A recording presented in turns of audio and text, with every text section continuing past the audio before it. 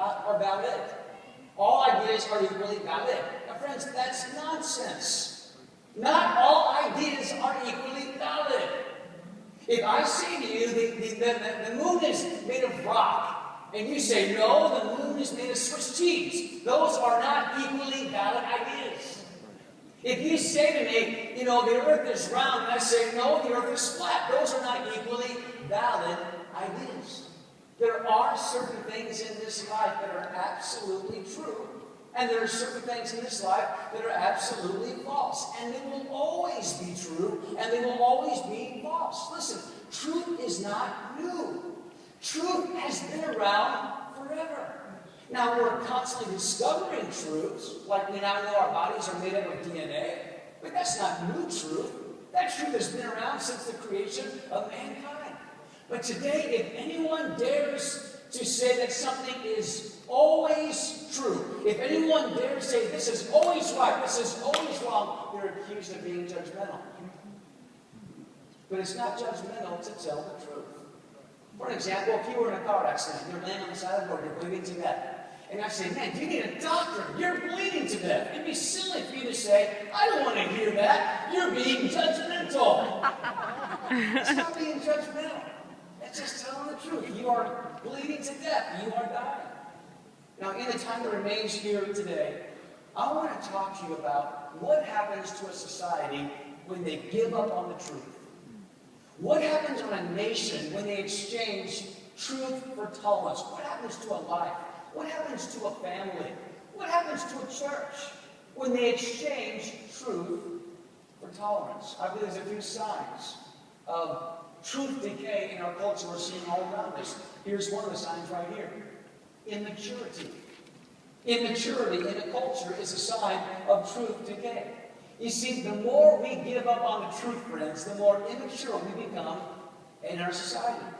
And one of the telltale signs of immaturity in a society is when people are less willing to accept responsibility for their own actions.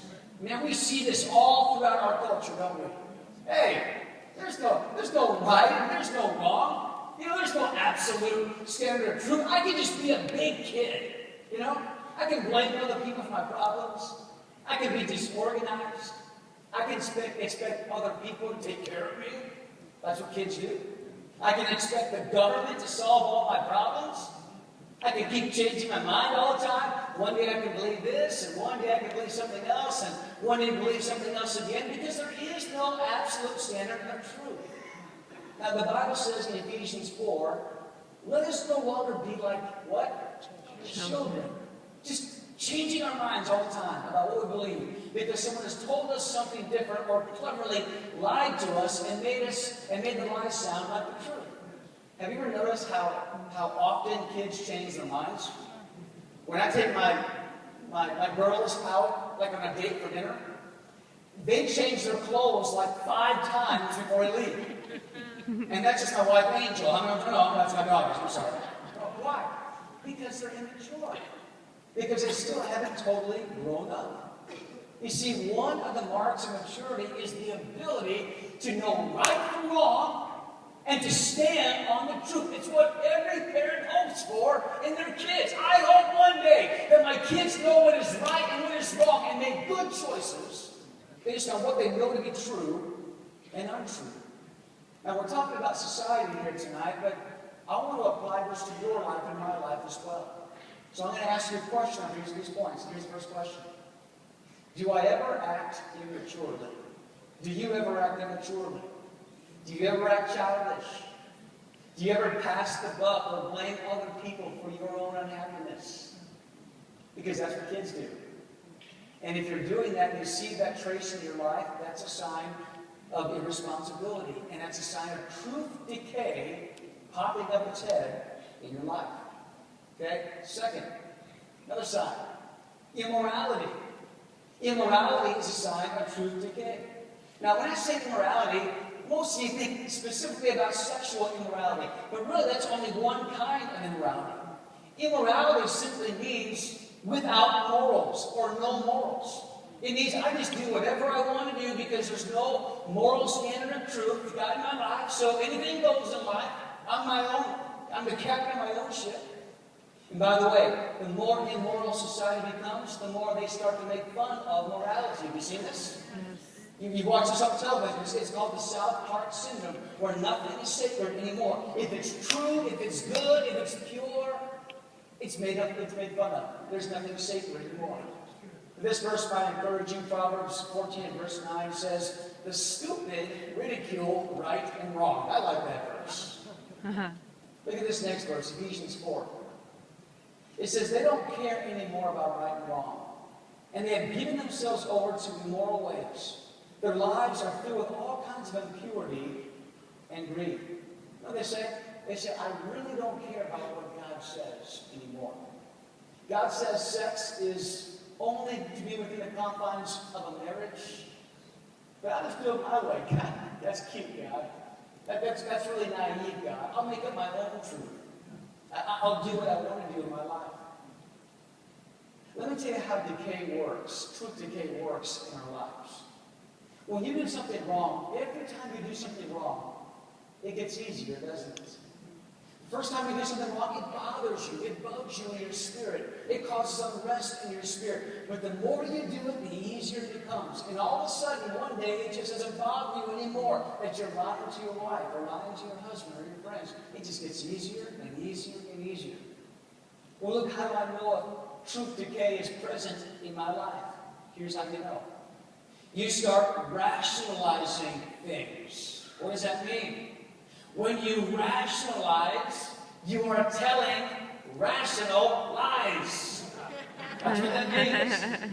It's when you start making up excuses in your mind about what your heart is telling you not to do. Your heart says this is wrong. You know this is wrong, but you want to do it. So you rationalize. You tell rational excuses in your mind to overcome what your heart is telling you not to do. So here's the second question. What am I trying to rationalize in my mind? And I'm not just talking about big, obvious sins. I'm talking about what are you trying to rationalize in your daily life? Are you trying to rationalize, I'm too busy to exercise? I can hear you guys real quiet, okay? I can hear, I'm too busy to exercise. I'm too busy to spend time with the kids. I'm too busy to pray. What am I trying to rationalize? Because that's a sign of truth decay in your life and also in my life. You still with me? Yeah. 3. Another sign of truth decay in our culture. Unreality. Unreality is a sign of truth decay. When people stop believing the truth, they'll start believing anything.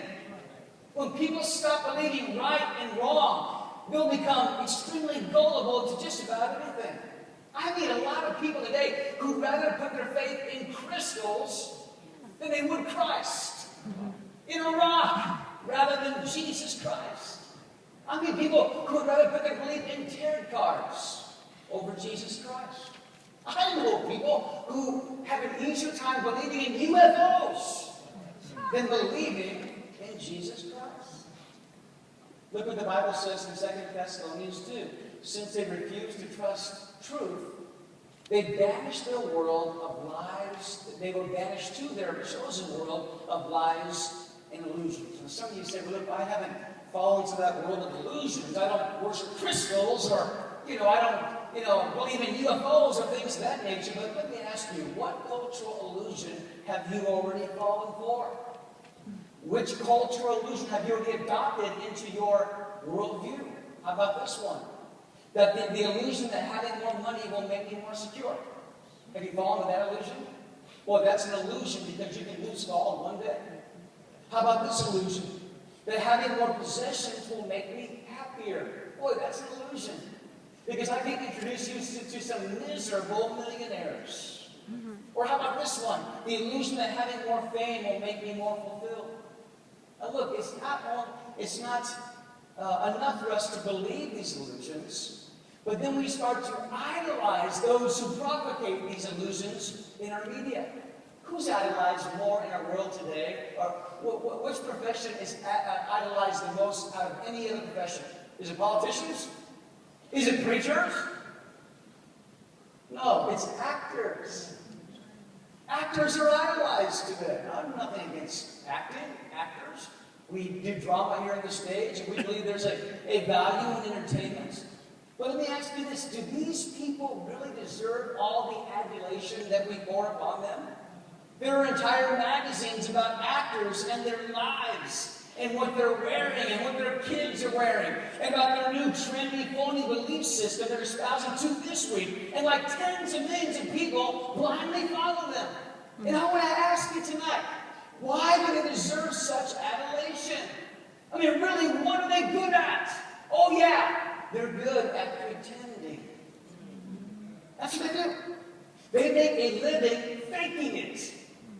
They make a living getting you to believe an illusion that they are something that they are not. And it makes total sense to me that in a society that does not value truth anymore, that the people we value the most are the people who are faking it. People who are pretending. People who are trying to make unreality seem like reality. What do they really deserve to receive that kind of adulation? Hey, why don't we value the real heroes of our society? Why don't we value the school teachers in our society? Why don't we value the policemen and the paramedics and the soldiers, the people who are making a real difference in our culture today? Yet I'm yet to see a magazine pinup of a teacher in a young person's bedroom. Why do we keep valuing people who aren't making a real difference? Let's start valuing those who are making a real difference and not those who are making a fake difference. By the way, how do you know if you're seeing truth decay in your life? Let me tell you how. Ready? You start faking it. You start acting like something that you're not. Here's the third question. Is there an area in my life where I'm faking it, where I'm pretending? Or I'm saying, that's not really me, I'm just putting a mask on. Because that also is an area of truth decay in our lives. Fourth, illegality. Illegality is a sign of truth decay. You see, if there is no standard of right and wrong in our culture anymore, everything can be considered to be legal. Because all law is built on the idea that certain things are right and wrong. And if we lose the standard of right and wrong, friends, then there are no more laws. That's why we see murderers today getting off on technicalities. That's called truth decay. Truth no longer matters. What matters today is the technicality. Can I find a little loophole in the system? I can promise you that nobody at Enron or Tyco or Freddie Mac or any of those mammoth organizations that collapsed, none of them started off by saying, let's figure out a way that we can rip off $500 billion of investors' money. Nobody woke up one day at Enron and said, let's steal a ton of money and then declare bankruptcy so we can skirt the responsibility. No one did that. How did it all start? It all started when they started cheating in the edges in small little ways. It all started, friends, when they started telling white little lies, as though you can color lies. See, a lie is a lie is a lie, no matter how you paint it. It's always going to come up as a falsehood. Some of us tonight may be falling for that Titanic myth that says if we can just compartmentalize the ship, we can never ever sink. You see, before that Titanic came along,